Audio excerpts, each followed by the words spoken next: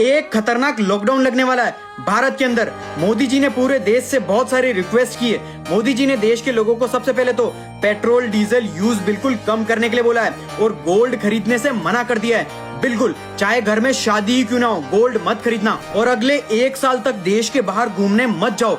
देश के बाहर ट्रैवल करने से बिल्कुल मना कर दिया और इतना हो पब्लिक ट्रांसपोर्ट यूज करो, बस मेट्रो कार का यूज बिल्कुल बंद कर दो। और फिर मोदी जी ने कहा है अगर सामान भेजना है तो ट्रेन से भेजना शुरू कर दो, क्योंकि ट्रेन इलेक्ट्रिक है। ईवी कार से ईवी स्कूटर का यूज करना ज्यादा यूज करने को कहा है। और फिर कहा है कोरोना की तरह वर्क फ्रॉम होम शुरू कर दो फिर से, और खाने के तेल और जो भी चीज यूज सब बंद करने के लिए कहा है जो बाहर से आती है, क्योंकि ये सारी चीजें बाहर विदेश से आती है। इंडिया में फार्मिंग में फर्टिलाइजर का इस्तेमाल बंद करने को कहा है। पूरे देश से नेचुरल फार्मिंग की रिक्वेस्ट की है मोदी जी ने और कहा है घर के सामान की एक लिस्ट बनाओ जो फॉरेन से आती है, डेली यूज प्रोडक्ट है, उन्हें खरीदना बंद कर दो और इंडियन प्रोडक्ट्स खरीदो। तो ईरान अमेरिका इजराइल की वॉर का इंपैक्ट भारत में आ चुका है, क्योंकि पेट्रोल डीजल अगर नहीं बचा है तो पेट्रोल महंगा हुआ तो पूरे देश में ट्रांसपोर्ट महंगा हो जाएगा और अचानक से महंगाई बढ़ने का खतरा है। इसलिए मोदी जी रिक्वेस्ट कर रहे हैं डॉलर के मुकाबले रुपये का रेट भी बचाने की कोशिश की जा रही है, क्योंकि